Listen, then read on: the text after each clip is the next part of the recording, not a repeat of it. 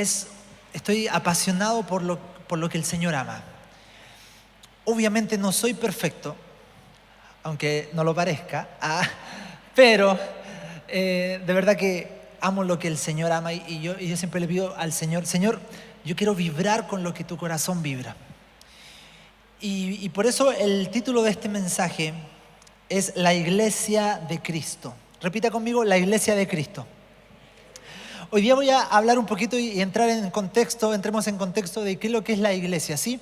Pero antes de eso, ¿qué le parece si oramos? Cierre sus ojos ahí. Gracias, Señor, por estar reunidos. Gracias, Señor, porque tú eres lo principal en este lugar. Toda distracción, todo cansancio se van de nuestras vidas en el nombre de Jesús. Y declaramos que nuestro cuerpo, nuestra alma está sujeta al Espíritu que es perfecto. Y declaramos que vamos a recibir lo que tú tienes para nosotros, Señor. En el nombre de Jesús, amén. Bueno, el Señor Jesús, en Mateo 16, 18, dice una frase muy potente, muy importante, que la podemos leer. Dice, y yo también te digo, puse Mateo, sí, dice así, antes, Mateo 16, 16. Dice así, Mateo 16, 16. Vamos a leerlo todos juntos. Dice, respondiendo Simón Pedro, dijo, tú eres el Cristo, el Hijo del Dios viviente. Siguiente, por favor. Entonces le respondió Jesús, bienaventurado eres Simón, hijo de Jonás, porque no te lo reveló carne ni sangre, sino mi Padre que está en los cielos. Y yo también te digo que tú eres Pedro, y sobre esta roca edificaré de nuevo, todos juntos, y sobre esta roca edificaré mi iglesia, y las puertas del Hades no prevalecerán contra ella.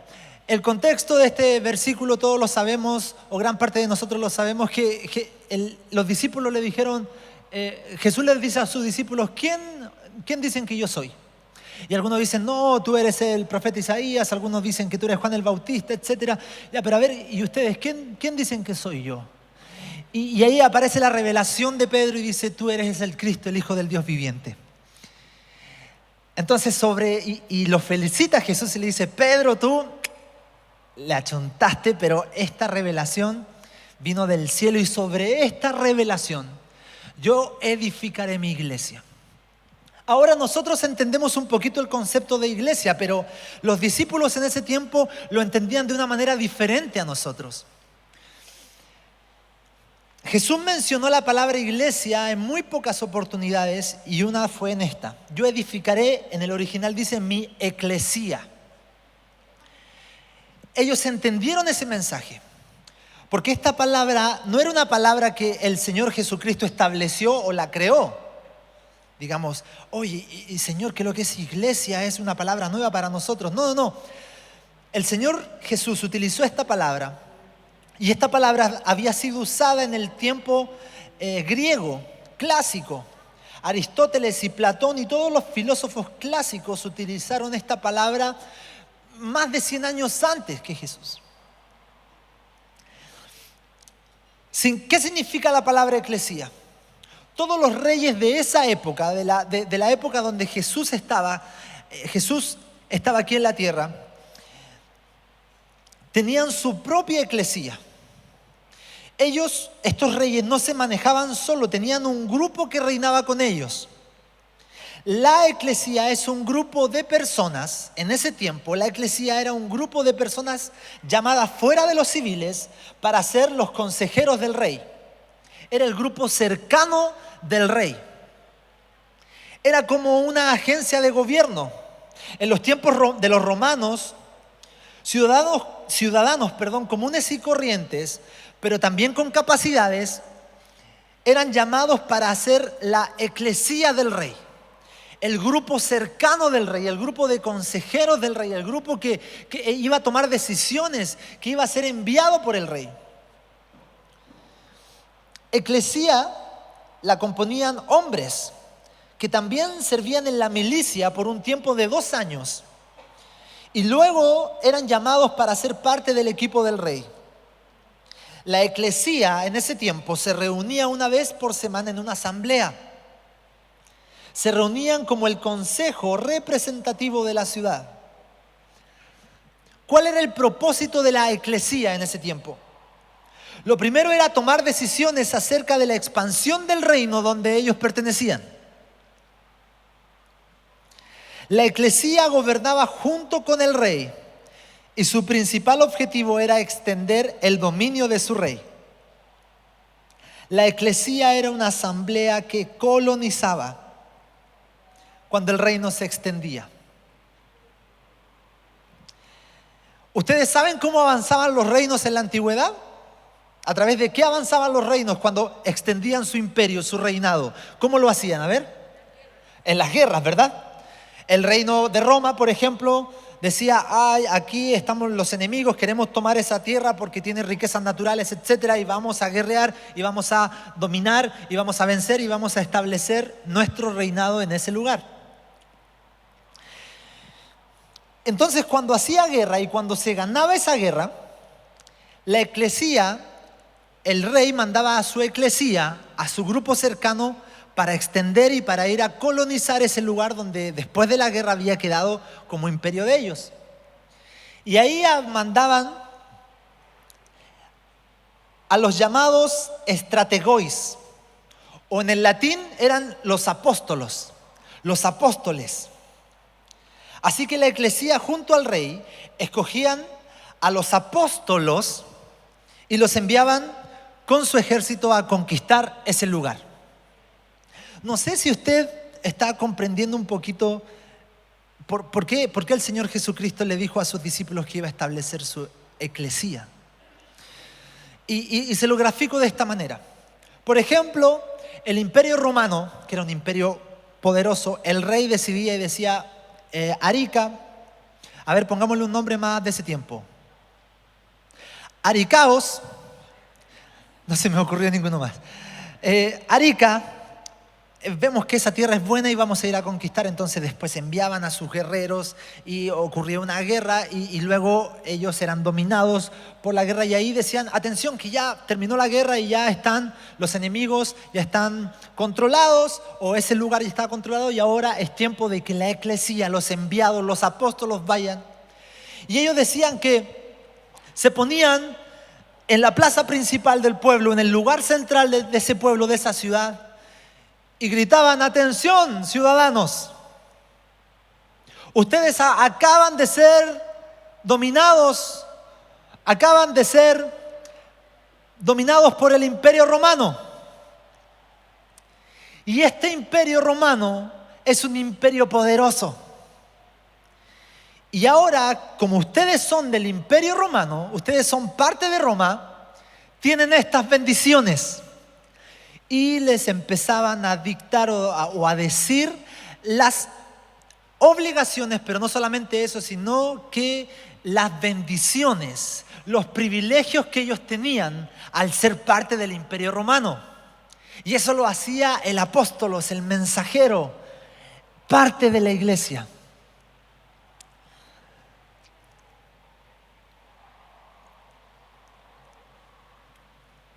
Ellos establecían ese reino venciendo al enemigo. Y no solamente hacían eso, sino que obviamente dentro de esta guerra, de pronto había un momento en que las otras ciudades estaban ahí y decían: no los vamos a dejar entrar, vamos a luchar un poco más. Y ellos se paraban frente a las puertas y le gritaban a los guardas de la ciudad: abran las puertas o si no las vamos a derribar. Y si no abrían las puertas, ellos derribaban las puertas y entraban y vencían a los enemigos, y luego de despojar sus armas, los tomaban como rehenes y eran exhibidos totalmente derrotados ante los ciudadanos de aquella ciudad. Y ahí los apóstoles declaraban algo público. Venían los heraldos con sus trompetas y tocaban, y toda la gente de la ciudad venía diciendo: nuestra ciudad ha sido conquistada. Y en ese momento le decían, gente de la ciudad, escuchen, hoy tenemos grandes noticias porque el Imperio Romano los dominó. El imperio, ahora ustedes son parte del Imperio Romano. Ha llegado el tiempo en que ustedes renuncien a su antiguo reino y acepten las bendiciones de este nuevo reino. Porque este es un reino próspero. La paz romana ha llegado a este lugar. Ustedes tienen que tomar la decisión y convertirse en romanos. Eso era el concepto del rey con su eclesía. Y todas las personas de ese tiempo entendían que eclesía se trataba de eso. Entonces, cuando Jesús dice, y yo voy a establecer mi eclesía, ellos entendían qué estaba pasando. Ellos entendían que había que hacer un cambio de reino, un cambio de pensamiento. Ellos entendían que habían obligaciones nuevas, habían leyes nuevas, había una bandera nueva. Pero ese reino que estaba estableciendo el Señor Jesucristo estaba colmado y lleno de bendiciones.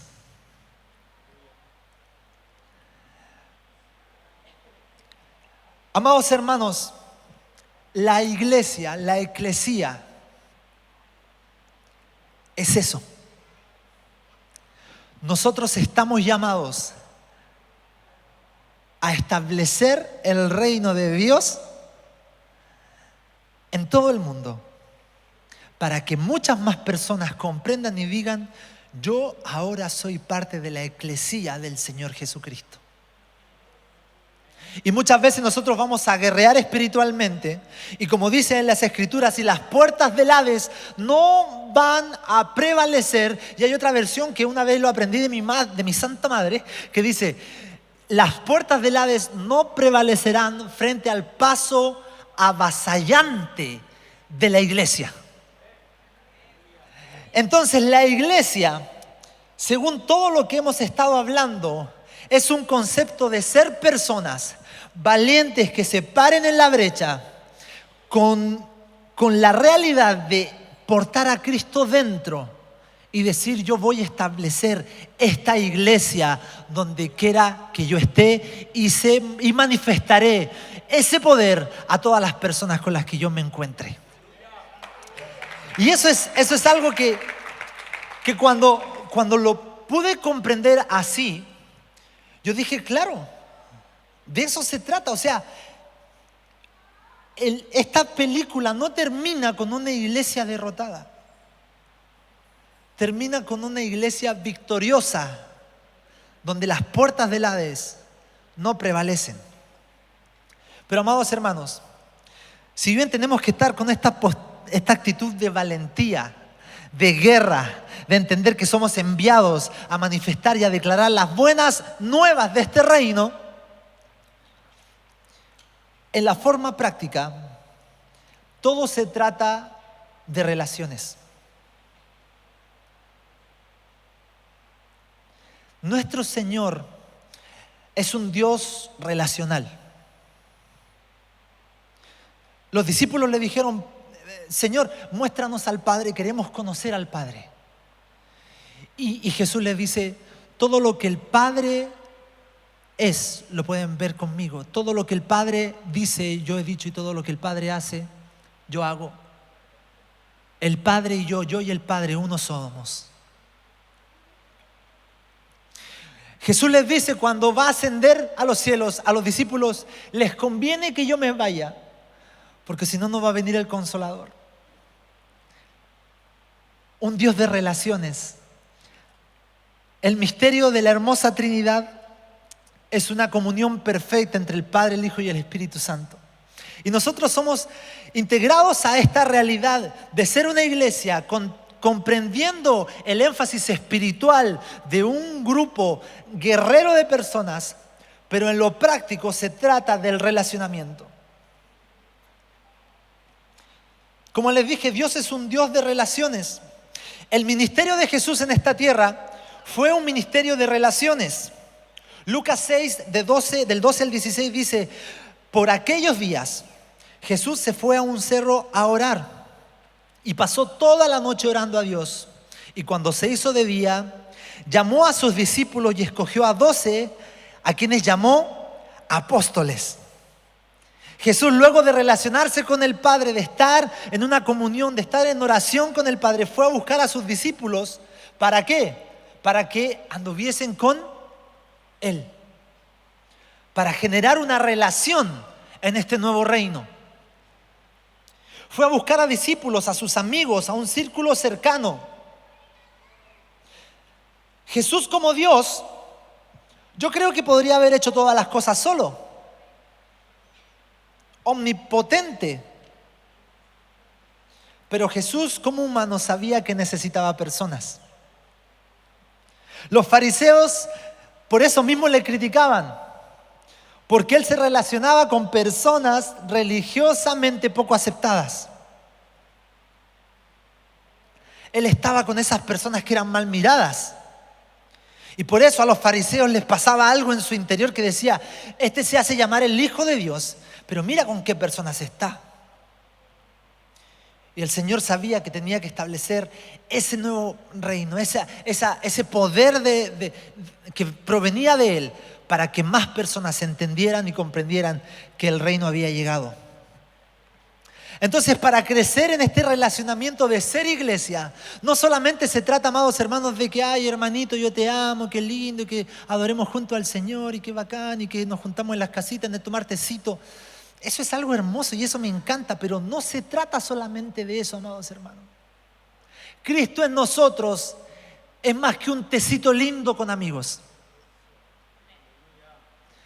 Cristo en nosotros es comprender que mi relación con el Señor puede afectar a personas que realmente necesitan de Él.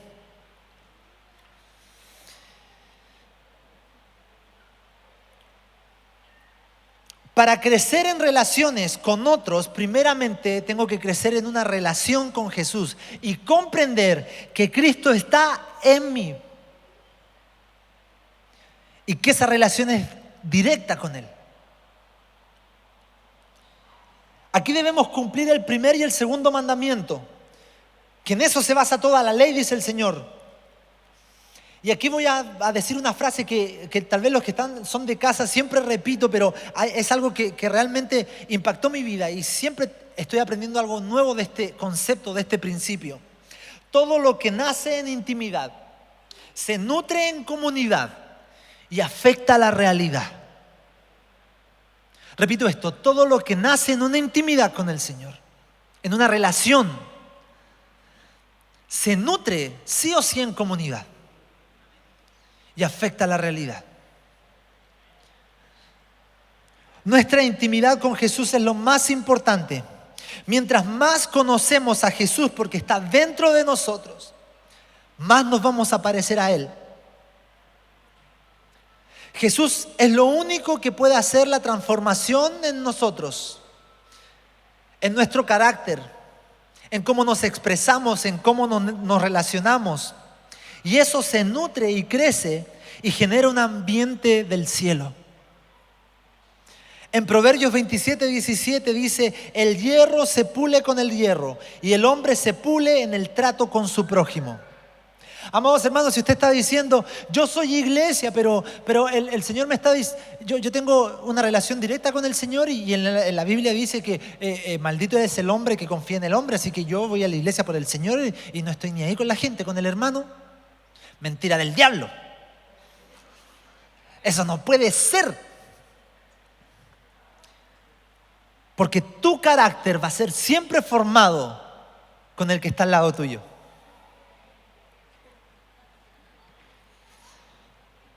No sé quién ha tenido alguna dificultad siendo iglesia, con algún hermano. Levante su mano. Así, ¿no?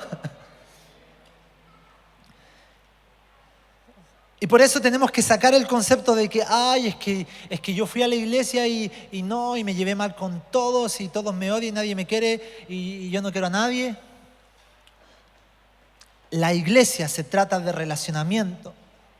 La iglesia se trata de que en el momento en que tú estás con tu hermano tienes que mirarlo como el Señor lo ve. Y el Señor puso a tu hermano para generar una transformación en tu carácter. Hay situaciones y momentos en la vida en donde vamos a pasar por dificultades. Y le podemos decir por desiertos. Situaciones complejas como iglesia. Situaciones complejas siendo yo parte de la iglesia, siendo yo la iglesia. Pero saben que los momentos de desierto en tu vida permiten descubrir lo que realmente está en tu corazón.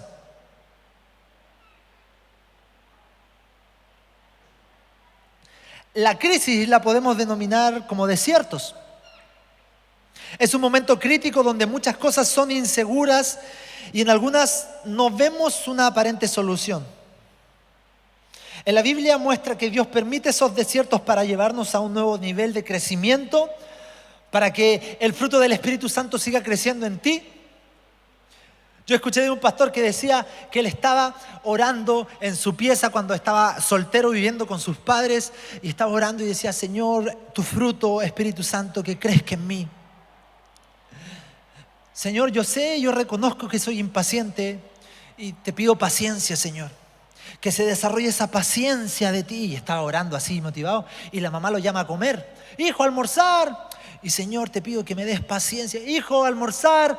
Te pido esa paciencia. Hijo, a almorzar. Ya, mamá, ya voy.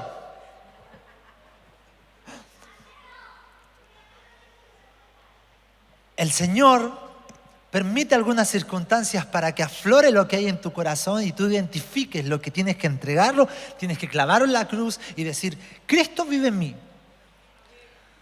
Esto tiene que ser transformado. La Biblia nos muestra que Dios permite los desiertos para llevarnos a otro nivel de autoridad, como lo hizo con Moisés, a otro nivel de fuerza, como lo hizo con David o Elías, otro nivel de identidad, como lo hizo con Jesús.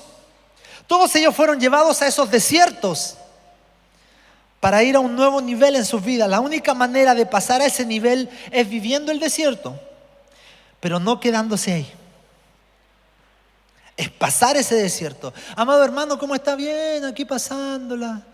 Y después de 20 años tú le preguntas de nuevo al hermano: ¿cómo está, hermano? Bien, aquí pasándolo. Usted sabe que el Señor, que el diablo mete la cola. Está bien, hay momentos en tu vida que pasan situaciones, pero tienes que sobrellevar eso. Porque en momentos de crisis aflora lo que realmente hay en tu corazón, pero los momentos de crisis afloran esas cosas que se tienen que quedar en el desierto. Si tú estás pasando por alguna crisis, tiene que aflorar algo, pero se tiene que quedar en esa situación. Debemos revisar nuestras vidas para detectar qué cosas afloran que no están bien y deben quedarse en el desierto. Dios no quiere incomodar tu vida solamente para molestarte un ratito, porque de eso no se trata. El Padre no actúa así con sus hijos, sino que Dios quiere incomodar nuestras vidas para que Él vea su gloria en nosotros, como nunca la hemos visto. Cristo en nosotros, esperanza de gloria.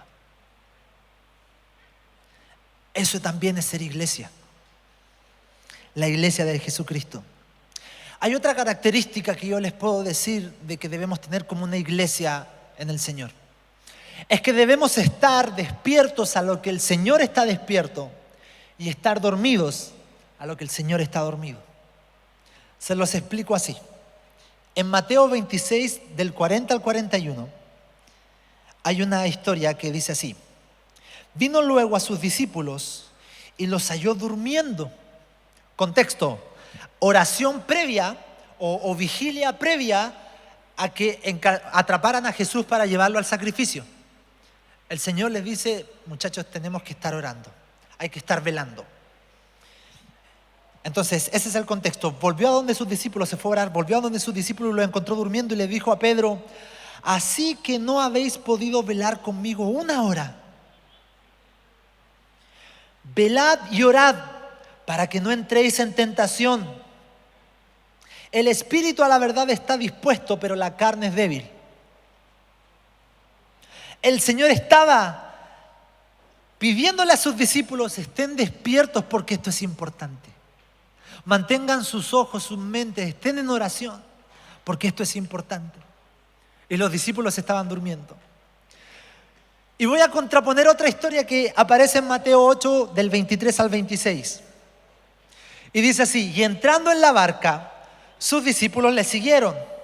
Y he aquí que se levantó en el mar una tempestad tan grande que las olas cubrían la barca, pero él dormía.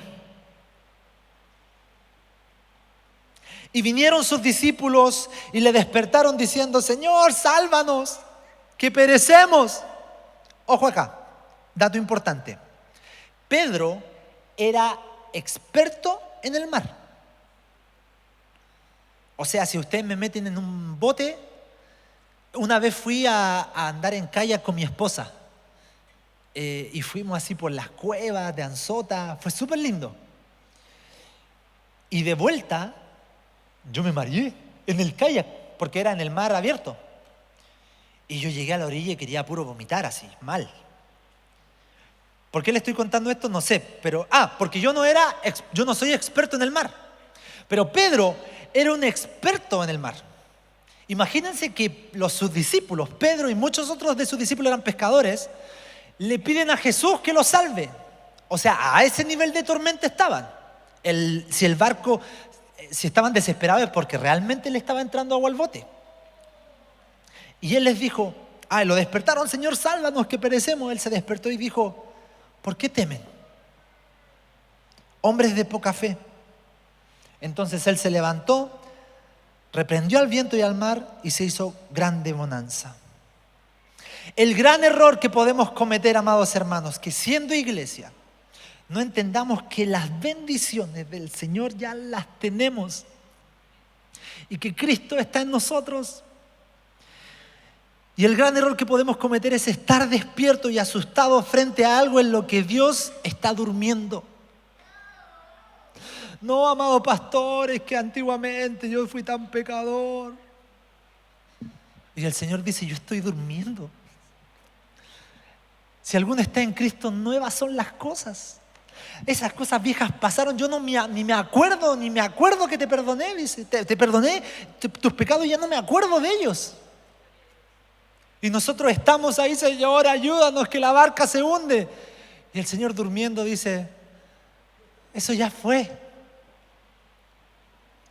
Despertemos a lo eterno y no a lo pasajero. Muchas cosas pueden estar quitándonos el sueño, pero tranquilo, que Dios tranquilizará las aguas. La única manera de estar despierto a lo que Dios está despierto es entender que Cristo está en nosotros, es entender que portamos todas las bendiciones, es entender de que mientras más estoy en eso, lo voy a conocer más y el fruto del Espíritu va a crecer y voy a comenzar a amar lo que Él ama. Despierto a sus cosas y dormido a mis cosas terrenales.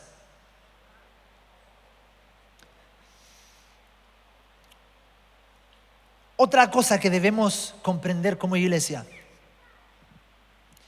es que debemos estar en orden, en legalidad y darle a Dios lo que Él se merece. En Lucas 20:24, otra historia. Dice así, Jesús. Vamos a leer el 23. Dice así, Lucas 20:23. Tengo el 24 acá, perdón, yo anoté los versículos así, pero ¿está o no, Hans? Ahí está.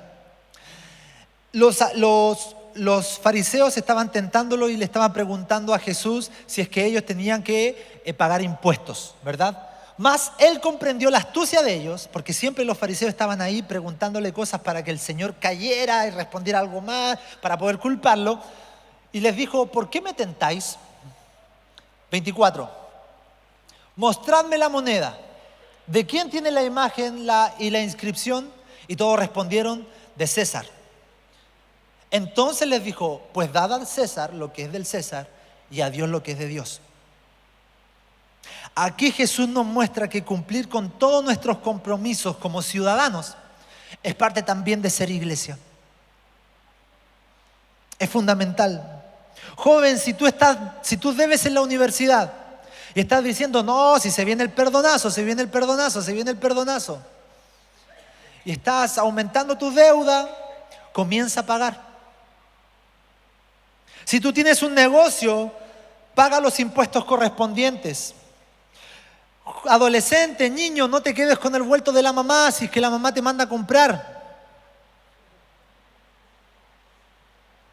Si nos comprometemos con algo, debemos cumplirlo. Si es que usted tiene un negocio, de la boleta. Al César lo que es del César. Pero lo más importante de ese versículo no es al César lo que es del César, sino que es a Dios lo que es de Dios. Heme aquí.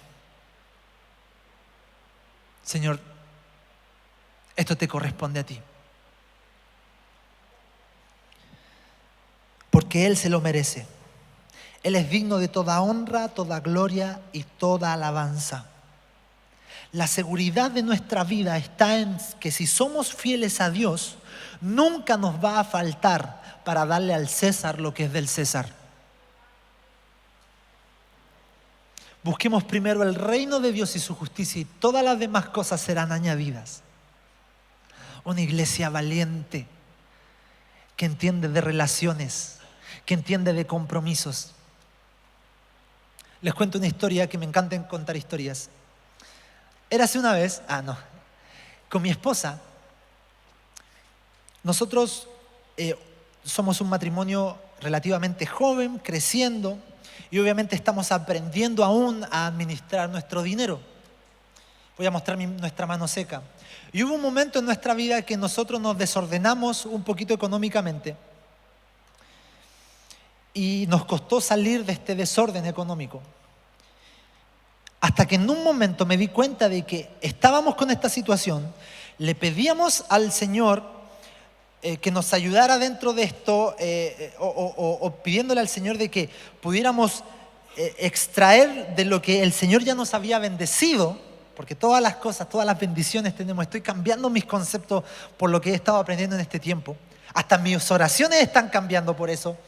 Así que si me corrijo es porque estoy obligándome a entender que las bendiciones ya están. Entonces, acomodando eso, me di cuenta, o nos dimos cuenta, que no habíamos estado de acuerdo nosotros dos. No estábamos en desacuerdo, pero no nos habíamos puesto de acuerdo y establecer algo como familia. Nos juntamos, oramos y dijimos, ya, esto vamos a hacer, y nos pusimos de acuerdo los tres, nosotros dos, y lo más importante que es el Señor. Señor, te entregamos esto a ti. Y amados hermanos, de verdad que desde ese momento hasta ahora, ha sido tan hermosa la fidelidad del Señor en ese aspecto.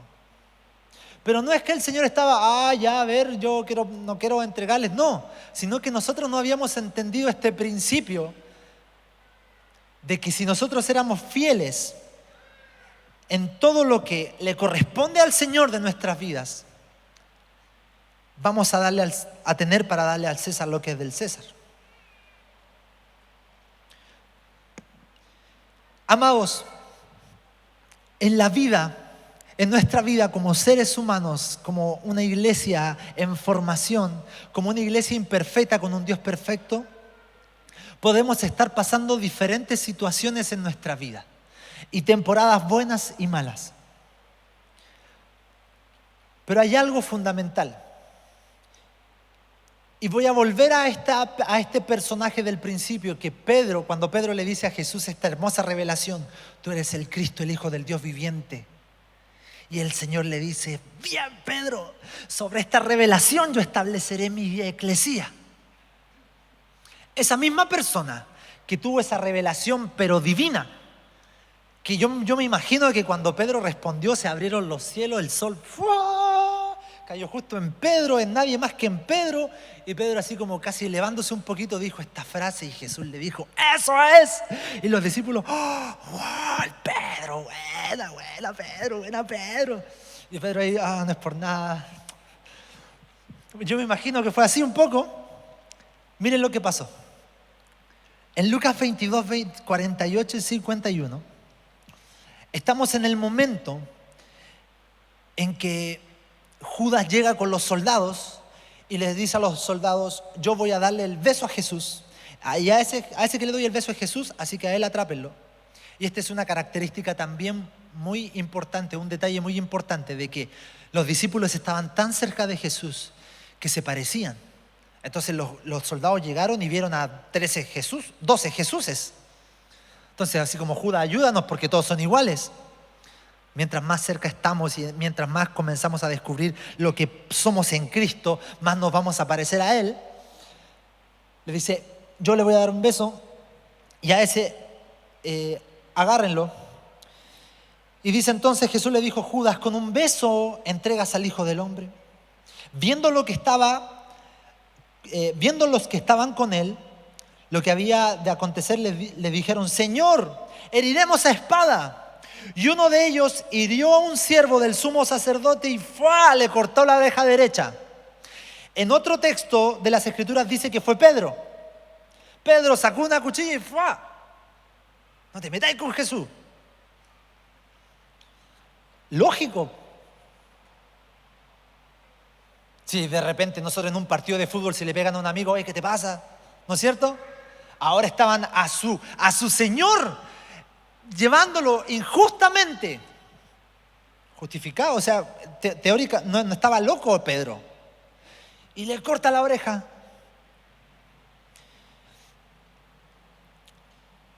Entonces, respondiendo Jesús, dijo: basta ya, dejadlo. Y viene y tocando su oreja, o sea, tomó la oreja, me imagino, del piso, la puso ahí y lo sanó. Y yo me imagino que fue así como: oye, Pedro. Y todos los discípulos así atrás.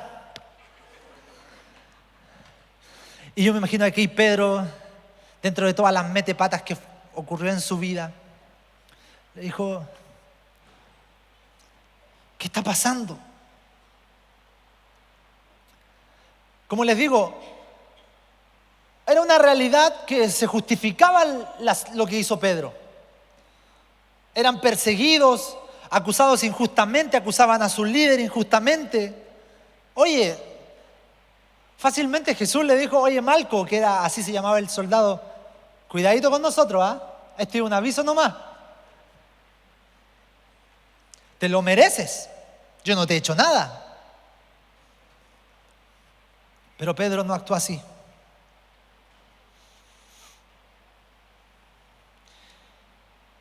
Pero la historia hubiese sido normal si es que Pedro le corta la oreja y todo: sepárense, sepárense. Y los soldados: cuidado, cuidado, ya vengan. Y ahí quedó: te lo mereces, Malco. Y Malco con su oreja rota: ay, ya, sí, perdón. Y listo, y ahí quedó. Pero lo que hizo Jesús fue establecer de nuevo la cultura de esta iglesia, que curó su oreja al que lo venía a encarcelar. No sé si esto te rompe los esquemas, pero a mí sí.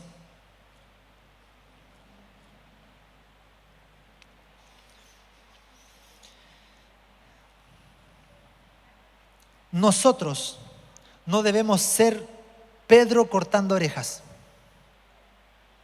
Debemos ser Jesús sanando heridos.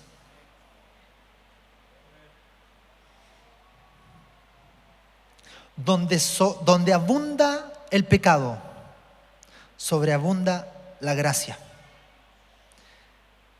Eso es ser iglesia. Eso es decir, esos vestigios de la vieja naturaleza que ya no están en mí, de pronto aparecen, pero tengo que establecer y sujetar mi cuerpo y mi alma y mis emociones a lo que el Espíritu está estableciendo, a lo que el Señor está estableciendo en mi vida.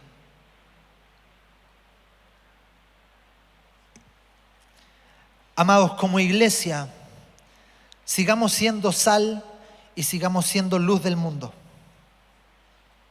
La sal produce sed para que los demás necesiten el agua de vida. Somos personas que debemos provocar esa sed para que muchas personas conozcan a nuestro Rey.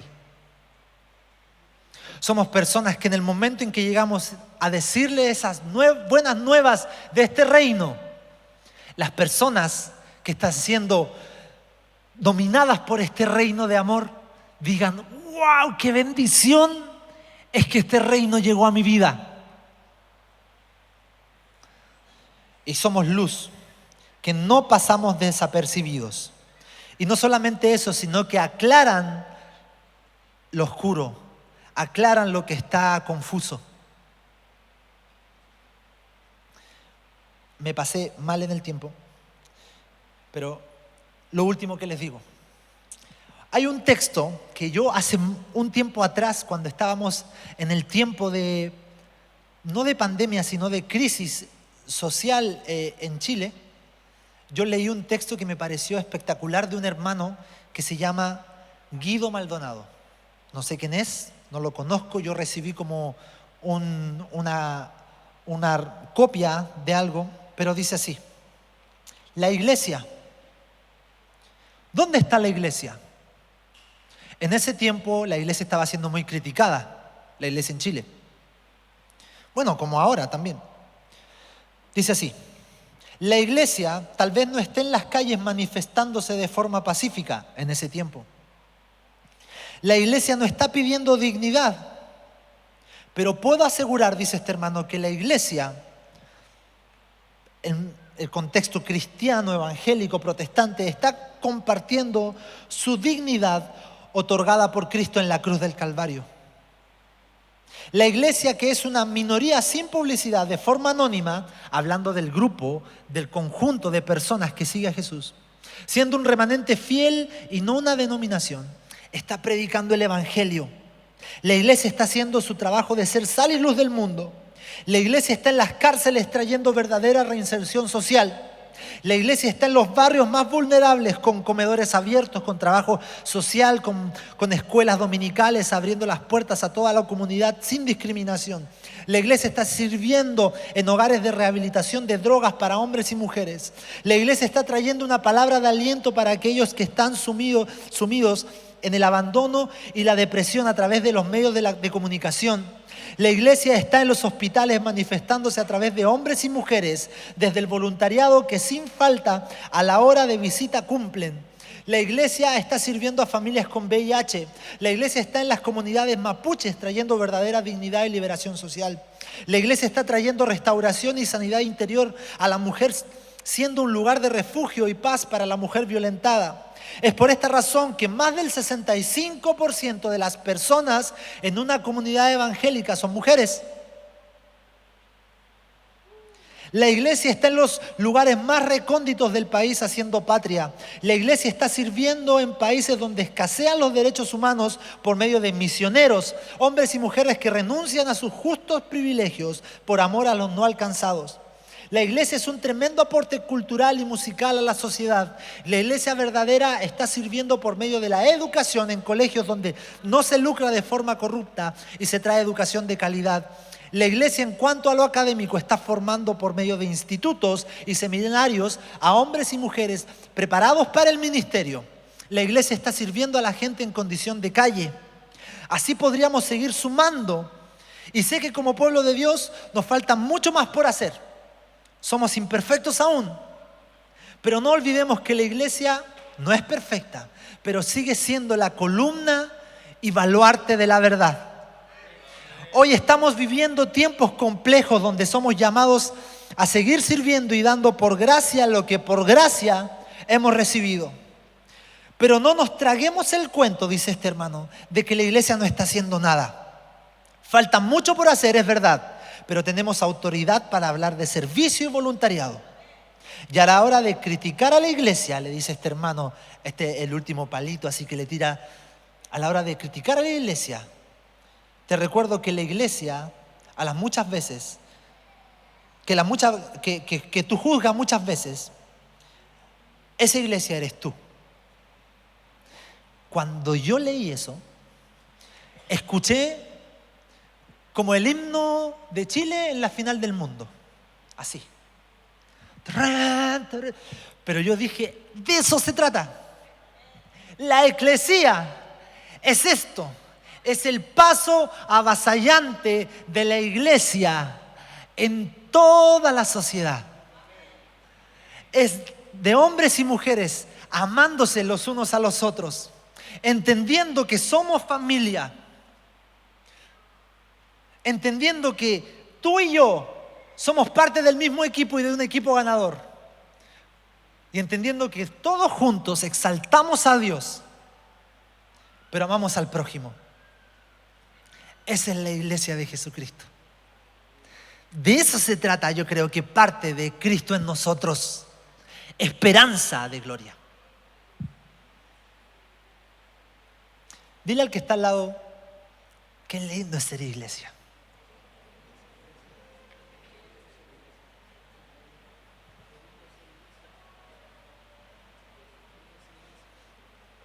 Y colorín colorado, esta prédica ha acabado.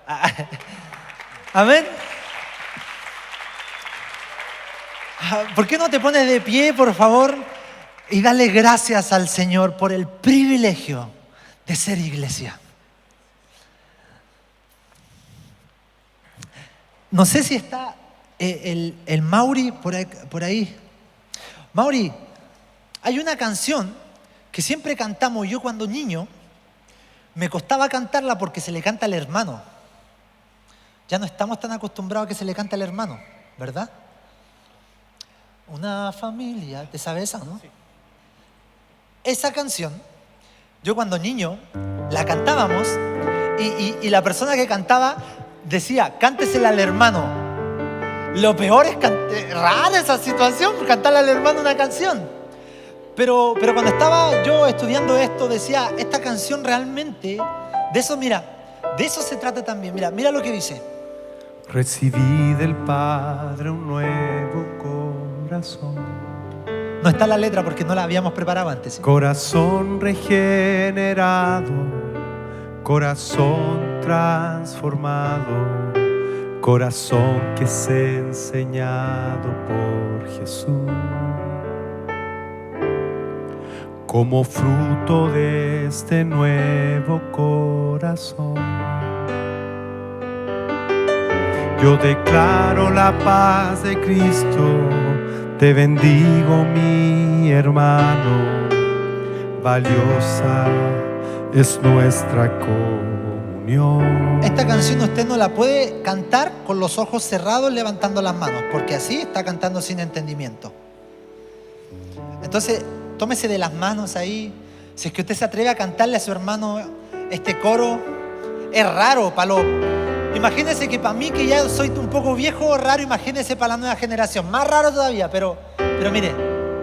Dice, somos cuerpo y bien ajustado, totalmente ligados, unidos, viviendo en amor, una familia donde no hay falsedad, viviendo la verdad, expresando la gloria del Señor, una familia viviendo el compromiso del gran amor de Cristo.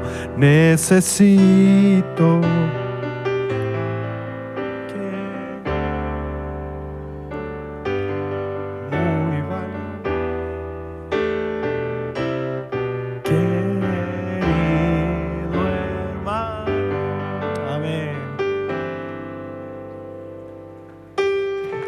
necesito de ti, querido hermano.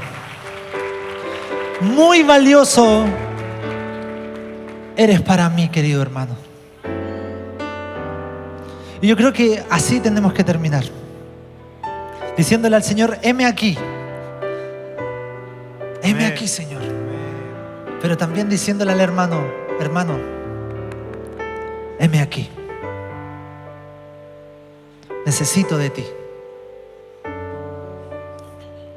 Amén. Necesitamos de ti. Necesito de ti.